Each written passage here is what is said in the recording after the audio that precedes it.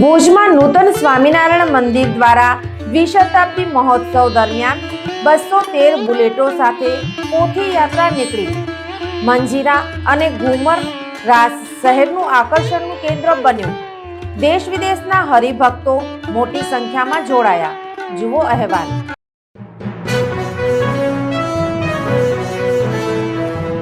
નમસ્કાર દર્શક મિત્રો, હું શીતલ મહેતા, ન્યૂઝ ઓફ કચ્છમાં આપનું સ્વાગત છે। જોઈએ આજના સમાચાર।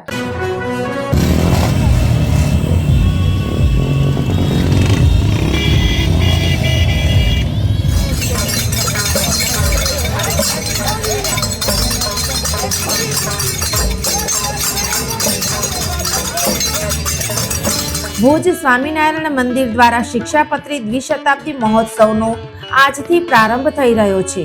તે પૂર્વે ગઈકાલે સ્મૃતિ મંદિર ખાતે સાંજે નીકળેલી 2 કિલોમીટર લાંબી ભવ્ય પોથી યાત્રા આકર્ષણનું કેન્દ્ર બની હતી। પ્રારંભમાં સ્વામિનારાયણ મંદિરમાં પોથી પૂજન અને આરતી ભુજ મંદિરના મહંત સ્વામી ધર્મનંદન દાસજી, ઉપમહંત ભગવત જીવનદાસજી, કોઠારી પાર્ષદ જાદવજી ભગત, વરિષ્ઠ સદગુરુ સંતોમાં શ્રી હરિ સ્વામી, શ્રી બાલકૃષ્ણ દાસજી, વહીવટી કાર્યવાહક કોઠારી સંત શ્રી દેવપ્રકાશ દાસજી વગેરે સંતો દ્વારા આરતી કરવામાં આવી હતી। જુદા જુદા સુશોભિત વાહનોમાં વરિષ્ઠ સંતો, વક્તા મહોદયો બિરાજમાન થયા હતા। 212 બુલેટો ચાલકો શિક્ષાપત્રી દ્વિશતાબ્દી મહોત્સવનો જય ઘોષ સાથે સ્ટાર્ટ સાથે પોથી યાત્રાની આગેવાની હેઠળ સ્વામિનારાયણ નાદ કરતા જોવા મળ્યા હતા। સમગ્ર 24 માંથી આવેલ રાસ મંડળીઓ ઠાકોરજીની પાલખીઓ સાથે પોતાની આગવી શૈલીમાં ભક્તિમય છંદ, મંજીરા, ઘુમર રાસની રમઝટ બોલાવી હતી। પોથી યાત્રામાં દાતાશ્રીઓ અને યજમાન પરિવાર જેઓએ પોથી ગ્રહણ કરી યાત્રાના ભક્તિમય રંગમાં રંગાયા હતા। સાફાધારી યજમાનશ્રીઓ સાથે સંતો યાત્રામાં જોડાયા હતા। સ્મૃતિ મંદિરથી નીકળેલ વિશાળ પોથી યાત્રા મંગલમ 4 રસ્તા થઈ કોલેજ રોડ, ત્યાંથી ટાઉન હોલ થઈ વાજતે ગાજતે મુખ્ય નૂતન મંદિરે પહોંચી ત્યારે સાંખ્યયોગી બહેનોએ ઠાકોરજી સાથે પોથી પૂજન કરી ઓવારણા લીધા હતા। જય ઘોષ સાથે પોથીને સભા મંડપમાં પધરાવવામાં આવી હતી। આ પોથી યાત્રામાં દેશ વિદેશના હરિભક્તો સાથે 24 અને શહેરીજનો મોટી સંખ્યામાં જોડાયા હતા।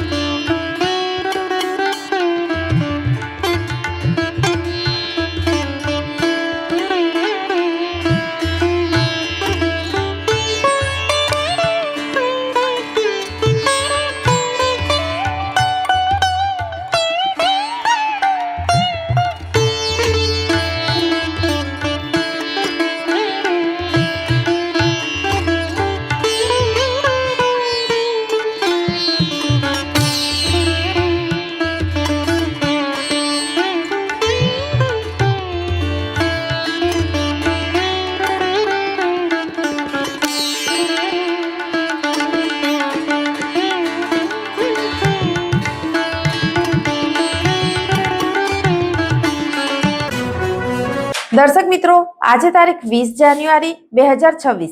આ હતા આજના સમાચાર. આવતીકાલે ફરી મળીશું. ત્યાં સુધી મને રજા આપશો. નમસ્કાર.